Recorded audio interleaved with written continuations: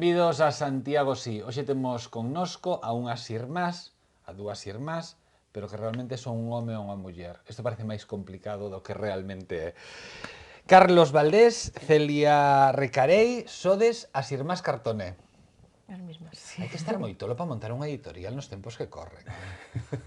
Bueno, igual hai que estar moi tolo en xeral para traballar no sector editorial.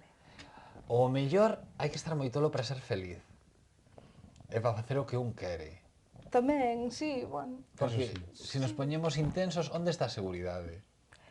É que un pouco, eu creo que a maneira de decidirnos a facer isto tamén foi un pouco iso. Total, Claro, é que... cos tempos que corren xa, pois precisamente, moito máis arriscado do que xa é sair adiante habitualmente. É que é menos arriscado montar un bar. Por exemplo, digo, Por exemplo, non? sí, Ou, eu considero máis arriscado. Ou, quen di un bar, di, eu que sei, unha tenda de recordos. Digo por algo que hai na... Sí, un sí, compro sí, oro. que se fai moito. Claro, Sí. é menos arriscado, non.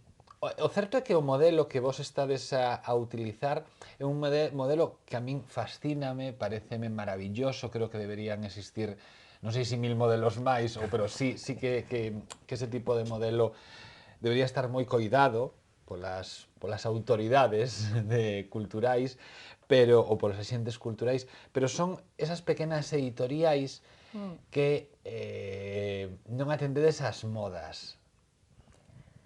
Claro, que... É que vos saídes ao mercado con Virginia Woolf. Sí. Sí, non...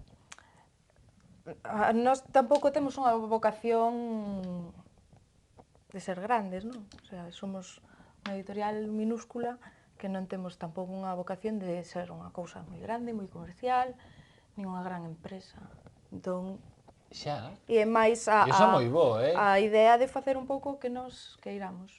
Bueno, tamén, tal e como está o mercado editorial agora, con os grandes grupos aí devorándose uns a outros, pues nos atopamos o noso pequeno espacio aí.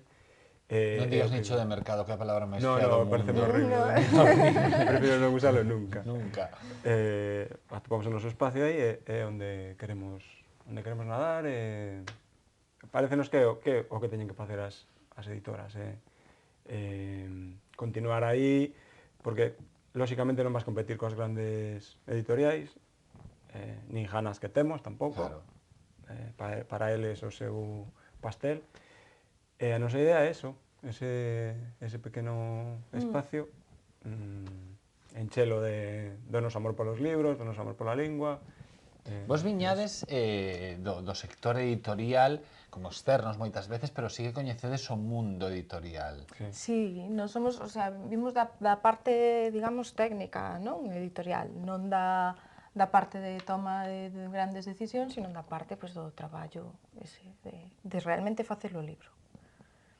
Vos traballastedes moito en traducción. En traducción, moito, corrección, moita evaluación de... Corrección, eso que a xente se tira as mans á cabeza e ou se botas mans á cabeza e que, ui, as mans, falando das mans que me matan sempre porque acabo metendo as mans no teu plano, botas mans partadas. Dicía o da corrección e que realmente, home, algo necesario. Moitas veces cando alguén está escribindo, non digo casos en que pouco menos que tes que mandar o escritor a que repita XB, non? Pero digo casos en que alguén xa por vicio xa non ve os propios defectos. Claro, as erratas, iso é, vamos, de feito, pasa sempre, é matemático, cando un recibe un libro acabado de imprimir, apareceu unha. O primeiro que ves é que, ademais, según o abres, o primeiro que ves é unha rata. Isto mo dicía, que mo dicía hai pouco, non lembro, que é unha escritora que, vou mentir, pero penso que non, que editaba Planeta. E me di, é que é matador, é que lino eu 20 veces, lero no outro, está correxido, e sale de imprenta e na primeira edición, errata. Claro, pero porque ti cando, se o lees solo, se só pasa un par de ollos por aí, ti cando lees realmente xa chega un punto que non estás realmente lendo, estás recordando, xa sabes o que di, entón xa non te fixas no acento que falta, na coma mal posta, nesas dúas letras que se trastocaron, ti les a palabra ben. Claro. Entón, por iso ten que pasar polas mans dun corrector, non porque lle vaias... A ver, moitas veces sí que nos corrixíamos sobre todo traducións e tal, moitas veces si refás frases enteiras ou tal, non? Pero aínda cando a cousa está moi ben escrita, pois é iso, sempre hai unha tecla que se che escapou, que lle deches ao dedo, e para iso está o corrector, non? ¿Y por qué apostar por Virginia Woolf y por Orlando para debutar? Bueno, Orlando parecíanos unha carencia enorme que non estivera traducido ao galego. E Virginia Woolf é unha pasión compartida. Parécenos que tamén é unha imaxe de escritora que se utilizou moito a partir de determinados filmes para transmitir unha idea moi errónea dun ser atormentado que non era apto para vivir e tal e cual. É que tamén Un pode pouco ser... atormentada era, eh? Sí, pero tiña a contraparte, non? Unha persoa moi creativa. Bueno, igual que Rosalía, que parecía que estaba todo o día chorando. Claro. Claro, eu vexo un caso así un pouco Que semellante debía ser unha niso, vida, non? de verdad, que drama de vida, non sei que non podía escribir, todo o día laiándose, chorando e levando unha vida Claro, perra, e despois non? fixo un montón de cousas, non? Esta era un pouco igual, Pero non? sí que no caso de Virginia Woolf, sí que creo que é dos personaxes que o personaxe está matando a escritora. Sí. Hai como unha imaxe dela, pero realmente non hai un achegamento á súa obra. Sí, Por parte, digo, en xeral, que a xente como que sí. lle dá medo, non? Sí. Que si las horas, ou a propia Orlando, o filme, bueno, máis Sí, porque indie, tamén ten moita fama de complicada. Sí, E eu creo que pouco menos te parece que te vas a que Orlando enfrentar... realmente non é tampouco unha novela tan complicada, é unha novela que ten bastante humor. Sí, ten esa vantaxe, De ten feito, un é sentido unha de humor especie de... que a min en algún punto lembrame un pouco a retranca galega, por un puntiño así moi sutil. En xeral pareciunos que era un libro que tiña que estar, unha novela que tiña que estar en galego xa. E entón, este é o debut de Irmás Cartoné, que canto hai que salíchedes, que nacichedes? Bueno, Que chegou o libro ás librarías. Oficialmente o libro ás librarías empezou a distribuirse a última quincena de abril, primeiros de maio, que non hai medio ano, non? Penso que nós como levamos tantos anos co proxecto este na cabeza e tal. Bueno, pero ao final é como a escritura dun libro. Isto repito moito dende que yo escoitei a Rosa Montero, que dicía que ela a mitad do libro escribía na cabeza. Non iba escribindo, despois había un día en que xa tiña moito escrito, se sentaba e empezaba a teclear. Claro, isto foi un pouco o voso proceso. Entón, dicía que nas librerías xa está Orlando, de Virginia Woolf, editado en galego por Irmás Cartoné, cunha edición preciosa, vou non dicir eu, estupendísimo de prezo. Non, é que claro, que eso tamén é moi importante. Sí, bueno, para nós é importante. Por canto está? 12 euros? 12,50, máis ou menos, quero dicirche que, claro, e a edición se queredes facerlle un agasallo a alguén, por exemplo, aparte de para un mesmo, se queredes facerlle isto de, teño un agasallo, pero non sei, queríalle comprar algo mono. É que é moi bonito o libro, como xa en sí o libro é moi bonito. Despois, bueno, claro, que é un clásico. Sí. Que é un clásico. Quen se encarga do deseño? Bueno, neste caso fun eu. Fuches ti? Sí, neste caso fun eu. O sea, porque nós que realmente é iso, somos un pouco... 100% caseiros. 100% caseiros, sí. Pois absolutamente profesional, menos es más. Sí, porque é unha portada sinxela, pero é moi bonita e máis a tonalidade, parece que atopache o libro, que fuches a casa da túa avoa, non? E de repente, sí, era un pouco a intención. claro, parece que atopaches o libro nun estante, e que collíchelo, que ese libro ten moita historia, aínda que sabes que é novo porque acabas de... porque as técnicas son novas. Pero... Sí, era un pouco a intención, non? Ese que tivese así un aspecto así tamén clásico como é, non? Sí, parece como de unha colección, non? Ao mesmo tempo, como se chaman? Landras, son... Sí. Sí. Quen traduciu a... Celia tamén. Tamén, Sí, entón ti que fixen Carlos. Entón non sei a que ven Carlos. No, Carlos está facendo A idea outras é cousas. repartirnos un pouco as Pero no tareas. seguinte, seguro que che dixo, deste encargaste que xa no seguinte. No, no seguinte, o deseño, gran parte do deseño do Sí. seguinte xa é unha ilustración de Carlos. Vai un pouco repartido. E tal, vai un pouco repartido. A compensar, non? Porque ti xa estabas que botabas as mans na cabeza. Xa te vexo no momento de crisis. Traducín o libro, estou facendo a portada. Home, tampouco, no. Fixeche a traducción, xa tiñas feita dende había tempo ou... No, fixémola ahora para isto. E como se traballa? Quero dicirche, eso sí que me chama moito a atención. Como se traballa, como se escolle o punto de orixe? Cal é o mellor orixinal de Virginia Woolf? Con que, de que, onde partes? De onde partixes ti? Dun Orlando, unha edición de Orlando... O texto, como é un texto que xa está libre de dereitos, Sí, claro. este creo que é da Universidade de Adelaida en É verdad. Australia, que dispoñen Sí. dos textos online, non hai problema, calquera pode baixar o texto para ler o texto en inglés no seu lector electrónico, podelo descargar para facer unha traducción. En xeral cos clásicos non Entón hai aí o que tanto tiñas problema. era a garantía de que era o texto, claro, porque ás veces hai modificacións, Sí, sempre pode variar dunha edición a outra. ou mesmo que o escritor, Pero, bueno, un clásico que o non. escritor traballara no texto e que o modificase dun... Sí, pero bueno, nestes, no ser un clásico está máis ou menos xa fixado. Sí, Non hai moito problema. E despois, claro, unha traducción ten algo que a min pareceme dificilísimo, e por eso moitas veces pareceme injusto que o nome do traductor teñas casi que ir descubrilo, non? Aí vas buscando, cando pasas 3 páxinas ali en pequerrecho aparece Celia Recaré e ali en pequerrecho, pero realmente... Claro, traducir non é simplemente, senón o faría unha máquina, non? Esta palabra en inglés significa isto, en castelán ou en galego significa isto. Non, de feito, claro, e notase, o sea, E o tono moitas claro, veces. nunca varía moito unha obra según quen a traduza, non? Bueno, é o mesmo exemplo que poñas veces de chamarlle tonto a alguén, non? Tonto, dependendo do tono, pode ser cariñosísimo ou pode ser o peor insulto do mundo. Tremendo, claro.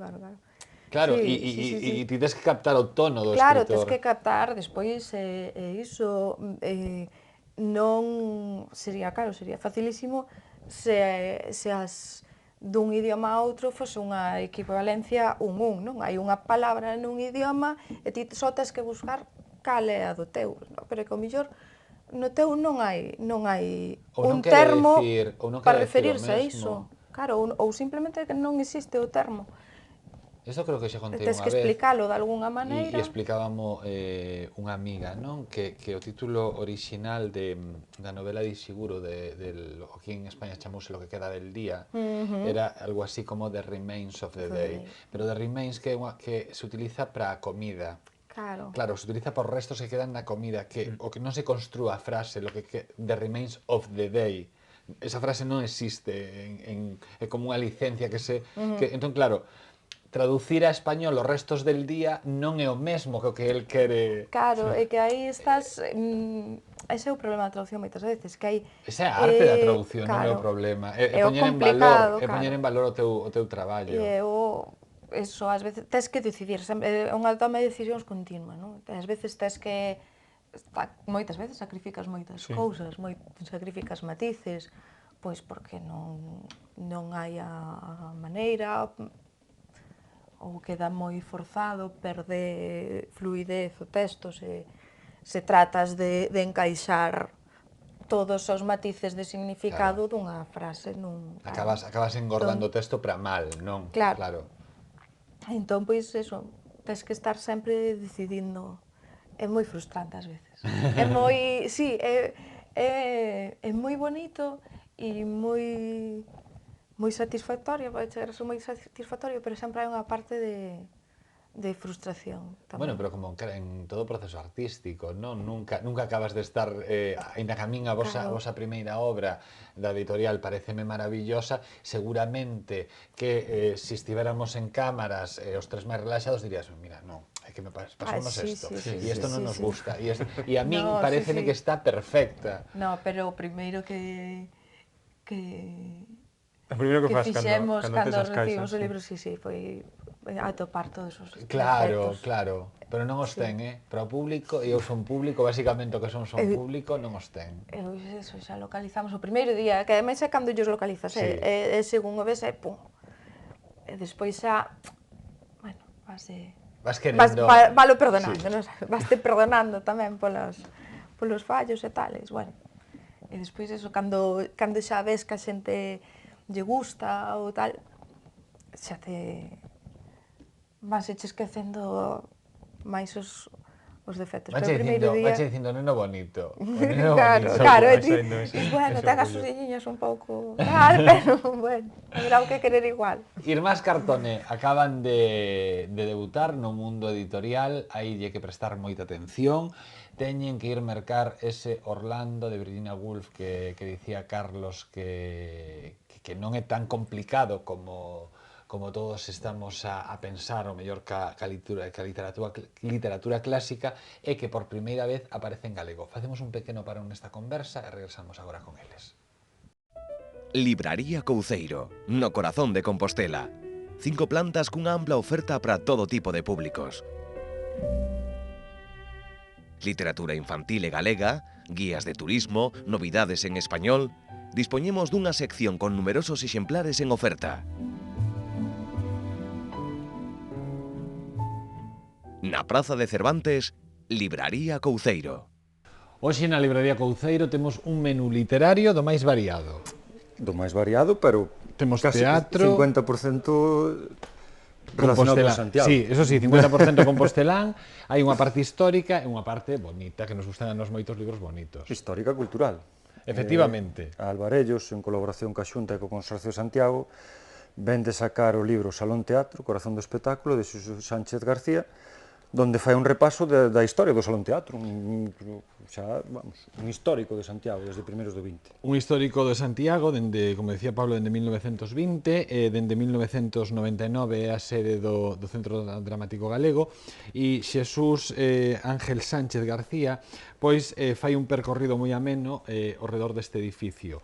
Este edificio, que está á beira do Teatro Principal, pois foi cine, bueno, foi sede dunha chea de cousas, e tamén, bueno... Home, a xente da miña xeración tense que acordar do cine perfectamente. Eu acórdome do cine que estaba en tan malas condicións, ata que o arranxaron no 99, que fun ver unha película e había un personaxe que desaparecía detrás dun armario, pero eu xa non cheguei a ver como desaparecía, porque era todo tan negro que toda esa parte que era de moita tensión na película, non, ata que anos despois volvín vela e dixen, ahora entendo o que pasaba, o porqué desta película, porque desapareceu da película de repente. Pois, Salón Teatro, Corazón do Espectáculo. Eu tiña aquí dúas páxinas marcadas que me chamaron moita atención. Unha é esta, no ano, a páxina 85, donde se fala dun proxecto de Marquesiña, reforma da fachada en 1930, que é moi como dos anos 30, e despois, por exemplo, un pouco máis adiante, para que vexades a cantidade de ilustracións que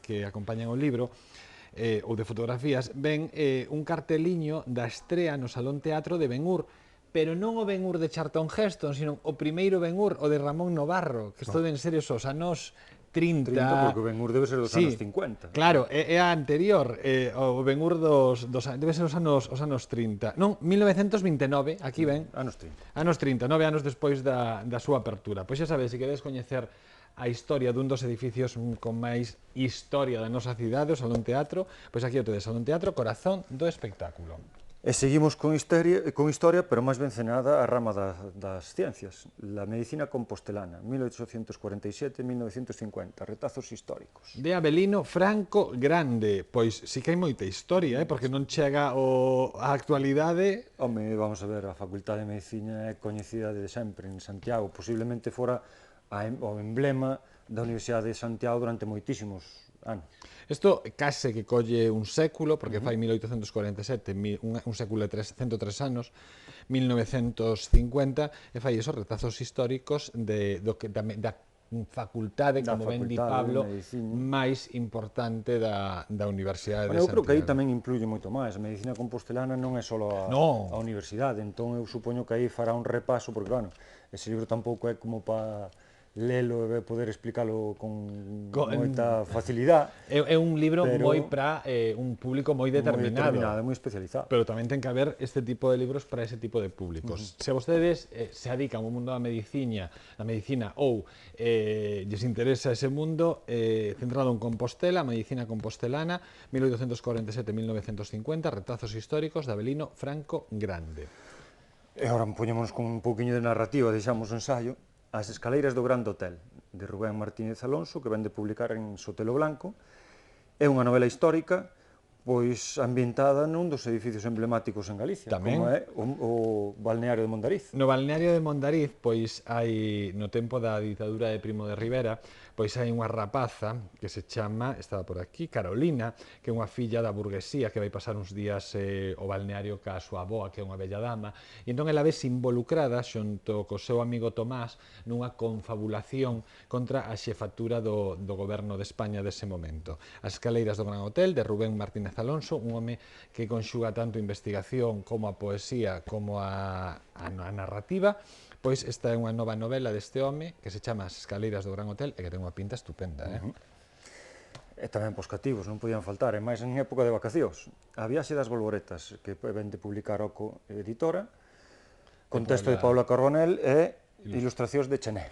Pois a viaxe das Bolboretas é a viaxe dun verme, dun gusano, que algún día será bolboreta, e a súa andaina, casi é unha road movie, pero de bolboretas.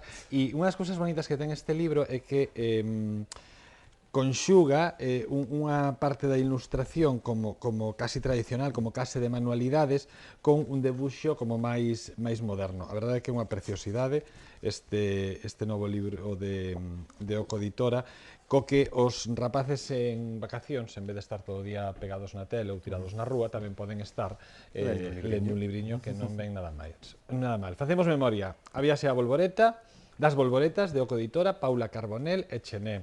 As escaleiras do Gran Hotel, unha novela histórica con confabulaciones políticas, situada na ditadura de Primo de Rivera e no balneario de Mondariz.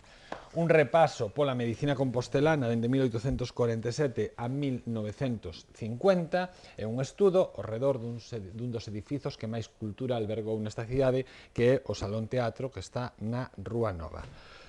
Ves? Un menudo máis variado. Bueno, esta vez quizás equilibrado. Pasamos ao mellor un poquinho co ensayo nestas datas máis vacacionais, pero hai tempo para todo. Ata vindeira semana.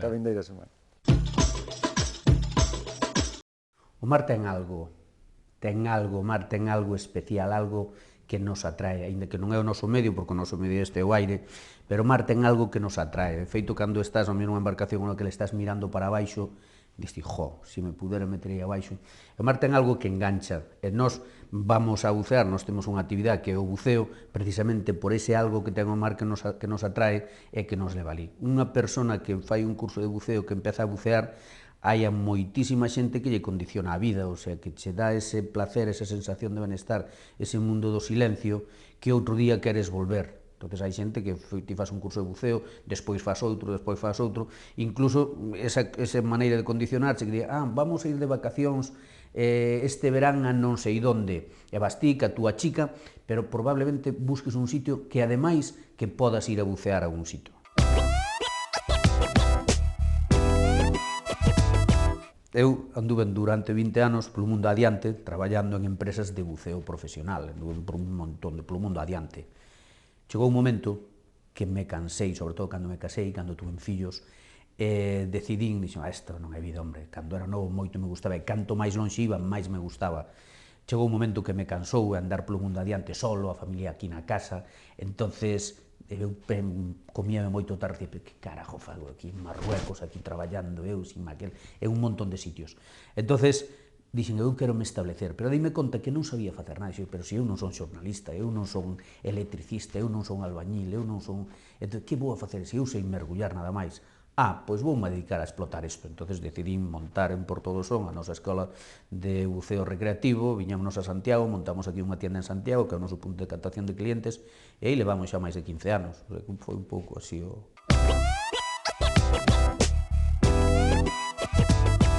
Casi todo o mundo pode bucear. Nós, por exemplo, non traballamos con rapaces, empezamos a traballar a partir dos 16 anos, por cuestións legales, por tema de seguros e tal. Un perfil de cliente, de amigo noso, é unha persona de 30, 40, 50 anos, é o noso perfil de xente. Moi contento se queda cando alguén entra pola tienda e dice, no, mira, que eu teño, claro, xa pasei dos 40, que ti é o noso perfil de cliente, hombre. Non me digas, sí, hombre, sí. É que eu pensei que o meu rapaz que ten 12 anos, non, nós non traballamos con rapaces. O noso perfil de cliente noso é unha persona normal e corriente, formada, e adultos. Pero eu teño moita inseguridade, non sei se isto será para min, eu non sei se serei capaz, non sei se poderei. Tranquilo, para eso estamos nós aquí, porque nos dedicamos a ello. Si nós conseguimos que ti cando ves a bucear con nós vamos a empezar, cando empezamos de cero nun curso empezamos ca agua pola cintura ou polo peito, entonces vamos paso a paso, isto é unha cousa seria, non podemos collerche a ti, levarche no barco no medio do mar, tirarche ali, ala, no, quieto, isto é unha cousa seria.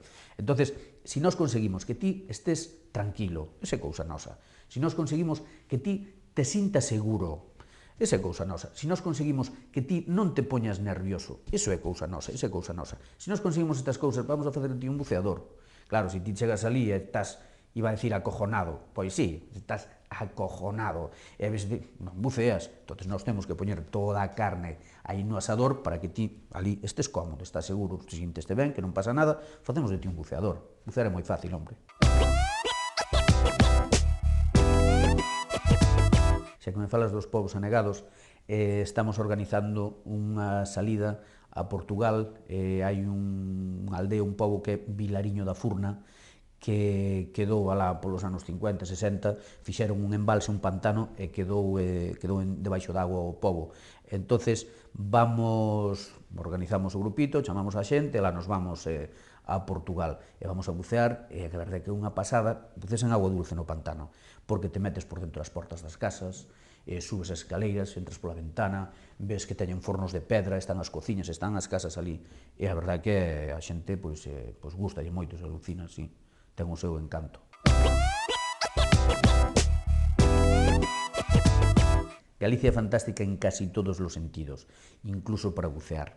Home, ben é verdad que hai outros sitios que teñen algo que aquí non abunda tanto, como son as aguas cristalinas e transparente, como é a temperatura da agua. Aquí en Galicia non sempre temos unha visibilidade ao 100%, pero nós buceamos todo o ano, o sea, durante todo o ano. En época de verán moitísimo máis, pero no inverno nós estamos buceando todo o ano, a non ser que se meta mal tempo, que a un temporal non se poda, vale, pero cando hai mal tempo tampouco non podes xogar ao fútbol afora, nin podes salir na bici á montaña, pero en Galicia nós buceamos todo o ano. Si temos en Galicia que non teñen en casi ningún sitio, que eu sempre digo, Galicia é verde hasta no fondo do mar, o sea, nós temos un potencial tremendo de flora e de fauna impresionante que non hai nos outros sitios.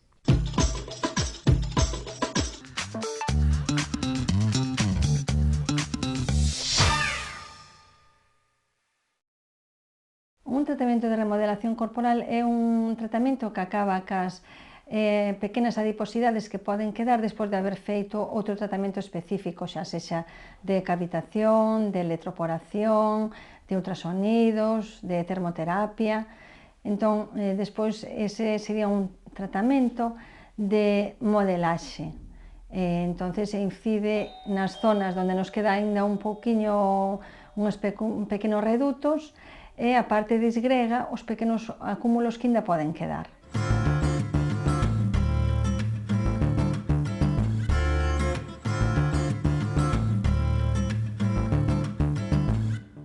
Eu xa o dice a palabra, para remodelar, pero xa o que está roto, que xa se rompeu con outras técnicas, porque eso, facelo directamente, pode valer para unha persona que teña problemas circulatorios, porque activaría a circulación, para unha persona que ten flacidez, simplemente, porque, hombre, sería conveniente facer unha técnica tamén de reafirmación, pero xa de por sí valdría el solo tamén, pero solo en estos casos, ou de problemas circulatorios, que sería para activar a circulación, ou para a flacidez, que el solo de por sí tamén valdría como reafirmante.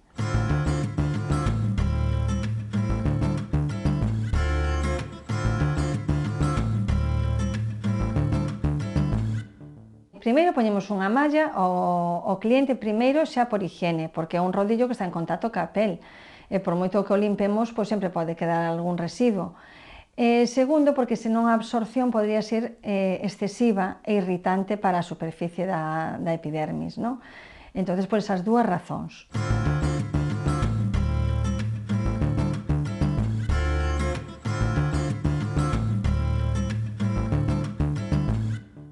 Este tratamento consiste en un sistema de masaxe con un aparato que ten uns rodillos que xiran dependendo do problema que haxa en unhas direccións ou en outras.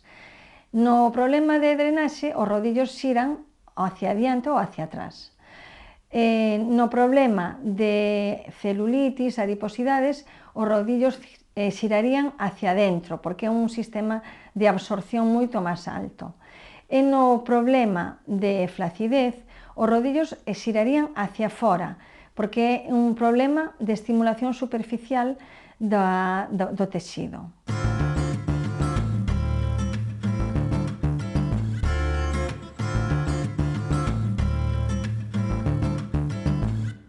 Isto ten, aparte fins terapéuticos, aparte de fins estéticos, porque o primeiro, este sistema de remodelación corporal facémolo por todo o corpo, pernas, brazos, abdomen e zona de espalda. Entón, tú xa o primeiro, se tes contraturas, aparte de traballar adiposidades, traballamos a musculatura toda, entón xa queda a espalda super relaxada. E despois a nivel de beneficio xeral, porque queda a musculatura toda liberada. Entón, tú tes unha sensación de benestar xeral, aparte de estético, é saludable. Hoxe estamos con Carlos e Celia, que son as cabezas pensantes de Irmás Cartoné, unha editorial nova a que hai que prestarlle moita atención porque teñen algo diferente que amosar. Acaban de debutar co Orlando de Virginia Woolf, nunha edición preciosa a un prezo espectacular, pouco máis de 12 euros, 12,50 €, é unha edición maravillosa. Este foi o primeiro fillo da parella de traballo, pero dicíamos que Carlos xa está facendo algo tamén, non? Sí. En que estades agora? Podedes contar algo ou preferides deixalo, non falar dos proxectos? O seguinte, sí. O seguinte está xa en marcha, é unha traducción tamén de Barón Corbo, un escritor... Perdona a miña ignorancia. É que é unha cousa moi marciana. É unha cousa moi marciana. Estas son as cousas que fai Carlos. Este tamén estou traducindo eu, pero é un libro que buscou Carlos, que eu tampouco coñecía. Pero tamén está moi ben ir alternando e tamén explicar. Ás veces, a ver, non hai que educar en plan de estouche educando, pero sí que, pois eu digo, non teño nin idea. Eu podía poñer cara de, sí, sei do que me falas, nin idea. A idea, cando empezamos co proxecto editorial, a idea un pouco era manter, aparte de manter e seguir alimentando a nosa pasión polos libros, compartir os libros que pensábamos que estaban ben, que eran importantes, que ainda que fora só unha importancia estética ou de diversión. Este é un libro, unha novela que se chama Adrián VII, que é escrita por un escritor marcianísimo que se chamou a sí mesmo Barón Corbo, polo que... Bueno, a mí non tiña nin título nin nada. A mí xa que me definas como un escritor marcianísimo que se chamou a sí mismo Barón Corbo, xa me enganchaches. Chamábase Frederick Rolfe. Da igual, Barón Corbo é maravilloso. Sí, a mí cando descubrín o nome se pareceume fantástico.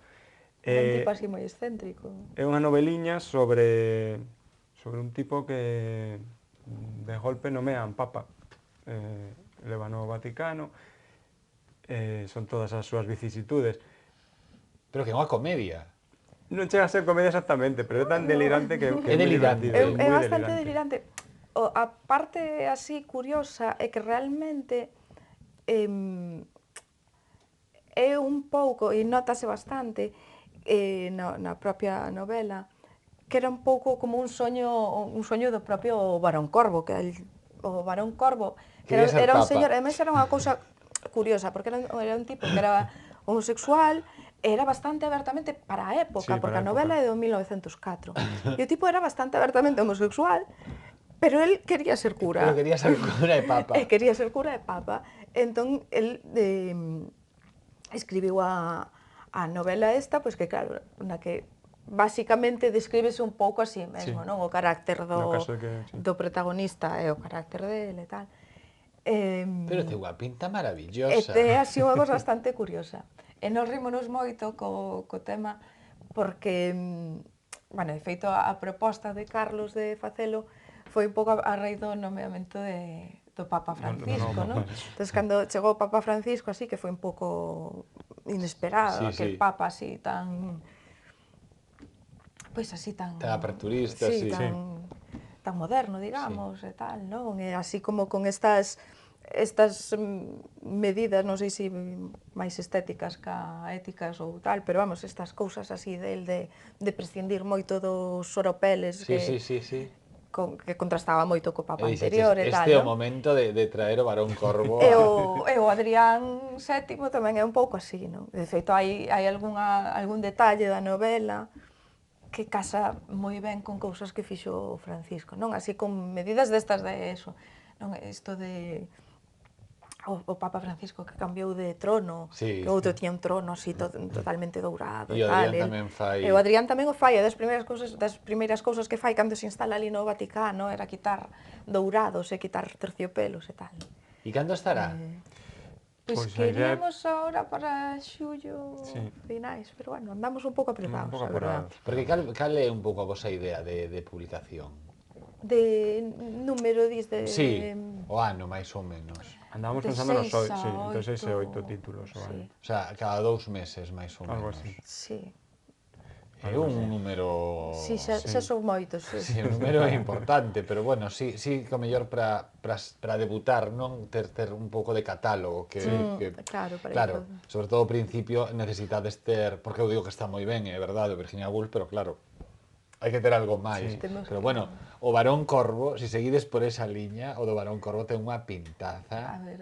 Pódese descargar na página Sí, as web. primeiras páxinas. páxinas. Ah, sí? Sí, están Bueno, pero na sabes páxina que web. non vai comprar correndo, en canto este na libraría, pero creo que vou dicirlle a Pablo Xa é máis Couceiro. gordiño xa ca... Sí. Ah, sí, e como dixeches unha noveliña, pensei que era... No, é Ten xa un pouco máis longa ca... Sí, pois ca voulle Orlando, dicir en sí, Couceiro que en canto chega a caixa, o primeiro que faga é coller un para min. É que de verdad, moi chula. E seguides mantendo esa liña estética ou vai ser como dunha colección paralela, vai formar parte... No, a idea sí. é seguir ese camiño estético e a ver que nos depara o futuro. Claro, sempre con un pouco cas adaptacións Sí, adaptándonos un pouco ao texto. gráficas que precise o texto, o autor, a autora. E ides seguir por traducción, ides publicar... En principio sí. En principio sí. Sí. Ten moitos inconvenientes, pero tamén ten moitísimas ventaxas neste momento. Non sei que tamén vemos que fai falla, o sea, que a nos parece que falta moita traducción ao galego. Sí, é moito de boa Hai xa traducción. moito, É hai moita boa moito, nos traducción. últimos anos hai bastante xente que... E despois non apostar polo mesmo de sempre e traer cousas diferentes, que non sei se siquiera o Barón Corvo estará en castelán, non?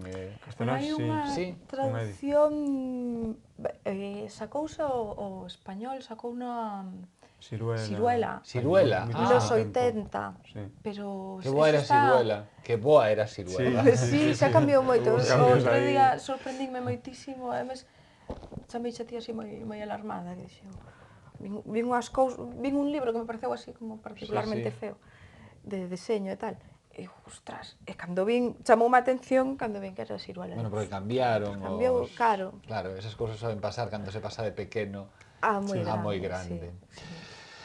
Un placer Igualmente. coñecervos, un placer que os vosos libros estén preto de nós e que o futuro depare moitas cousas, moitas cousas. Agardo ese Barón Corvo, ese libro de Barón Corvo.